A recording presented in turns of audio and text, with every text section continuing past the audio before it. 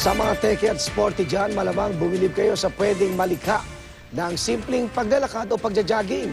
Kuryenteng pwedeng pang-charge din ang cellphone. Yan ay kung gagamit kayo ng isang maliit na gadget na inimbento ng isang Pinoy henyo at ang edad niya, Igan, 15 years old lang, 1.5. Narito po ang report. Lakad dito, lakad doon. Paano kung ang bawat lakad ng mga tao hakbang pala para mismong sa ating mga sarili makalikha tayo ng kuryente?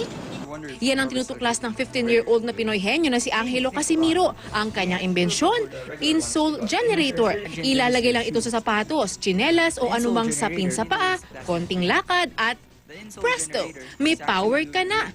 Gamit ang konsepto ng piezoelectricity o paglikha ng kuryente sa pamamagitan ng pressure sa bawat hakbang sa insole generator ni Angelo, 26 volts ng kuryente ang nagagawa.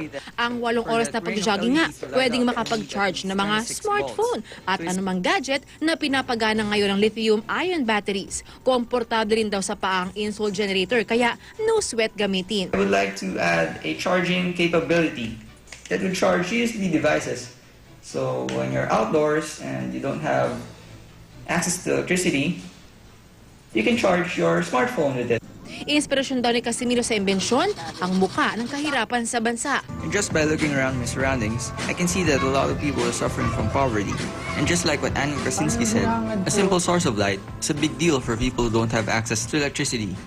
At sabi ni Angelo, pwede raw itong gamitin ng kahit sino, sundin lang daw ang kanyang online instructions. Kasali ang kanyang imbensyon sa Google Science Fair ngayon taon, kaya umaapela siya ng suporta mula sa mga Pilipino. Here's my flashlight.